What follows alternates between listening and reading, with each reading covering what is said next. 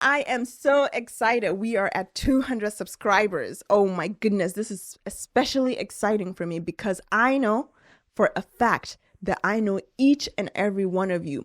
We have met either on Zoom calls, you were my Uber or Lyft driver. Listen, you've heard me speak somewhere. We've been in conferences together. So this is very, very exciting for me. And I want to say thank you that you actually took it upon yourself to come and see what I'm doing on here. This channel is designed to help us add value to our own lives. And if you're new to the channel, I want to say welcome home, because here we are very, very supportive. We want to succeed just as well as the next person. And this channel is designed to do that. So if you're new, you want to begin with last week's episode, which I will include in the information, the I button up top somewhere. And we're just starting from there. We're continuing. So, but because I know that I have new subscribers, I'm going to try to start to make this a standalone episode. So I'm going to begin by defining what I consider to be successful and who a successful person is. So a success for me is someone that adds value. So think about the gorgeous, the beautiful Lupita Nyong'o. Think about Mahatma Gandhi. Think about Warren Buffett, First Lady Michelle Obama, Michael Dell of Dell Computers. All these people, they help add value to our lives because they're educating us about health, wealth, finances. They are doing the thing. They're giving us products that we actually use on a daily basis, right? They're adding value to our lives. And in return, they are getting rewarded heavily for what they do. You know what I noticed about successful people is that once they determine a path for themselves, they do not stop until they accomplish it. The concept of failure is foreign to them. And you know, I read the book, The Law of Success, live on this channel, and Napoleon Hill mentioned that the greatest obstacle to one's adult life is the fear of failure. And he also mentioned that failure is actually feedback. He said that the reason we're afraid of failure is because we don't know how to deal with it. And I actually agree with it. Anyway, so we're going to continue with what we were doing last week. So last week, we started to write down our goals. We wrote 20 of our goals, right? And on the back of the paper, we circled one that's major to us. And on the back of the paper, we wrote that statement somewhere on there. We had deadlines of when we wanted to achieve it. And then we began to set a path on how we're going about accomplishing it. So on this week's episode, we're going to determine the price we have to pay to accomplish our goals. Listen, the reason we are here where we are today is because of decisions we've made in the past. Think about the law of cause and effect.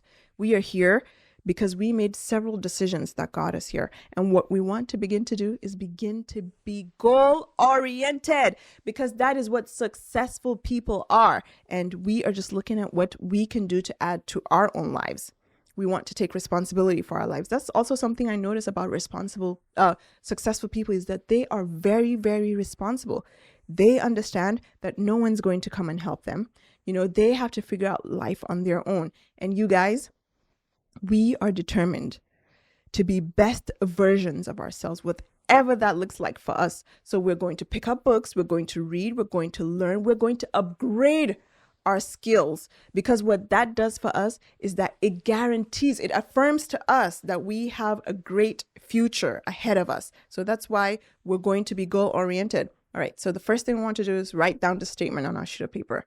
I am responsible. Just write it. Write down, I am responsible. So if something goes wrong in your life, you understand that you are responsible. You become solution oriented, right? You are responsible for it. So you begin to ask yourself questions. What can I do to fix it?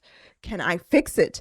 Is this actually a problem that deserves my time, right? And then you just go about doing your business and fixing that problem. All right. 2, we have to understand that to be successful, we have to be aware of the reference group, the people around us, the people that we associate with constantly. There's actually research that says that we absorb through our skin the mannerisms, the qualities, the behavior, the speech of the people that we constantly associate ourselves with. So it's better to be associating yourselves with winners, because we want to adopt their values. We want to adopt values of optimism. We want to adopt positive qualities, just upbeat. We just want to be good people that add value to societies. That's why we want to associate ourselves with winners.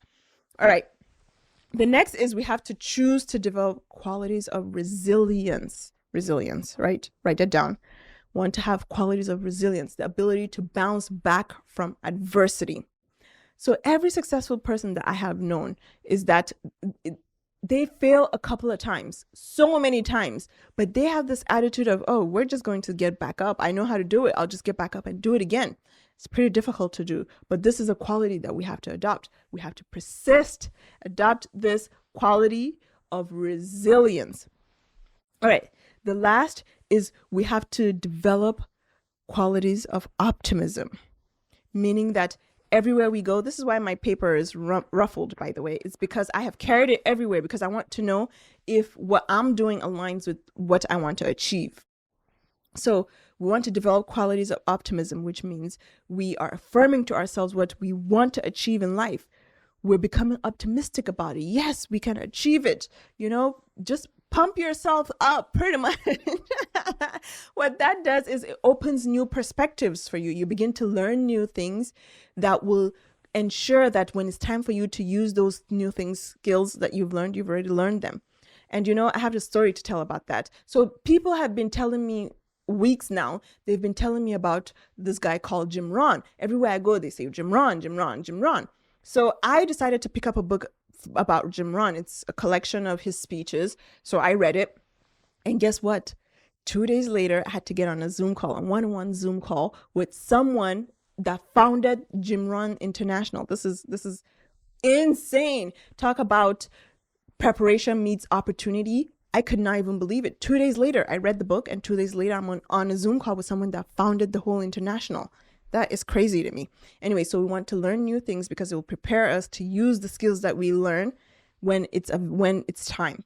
We want to try new things because it will prepare us to actually use the skills that we've tried at a convenient time. And 3, we want to persist. These are qualities of optimism. You learn, try, and you persist. Okay, so we have to decide now. We've done this last week and this week. Make the decision that once we've started on this journey, we're not going to stop until we see it. Listen, there is going to be setbacks along the way. Nobody makes it to the top without setbacks. But you're going to affirm to yourself that it is possible. This is possible for each and every one of us. And we're going to go about accomplishing our goals.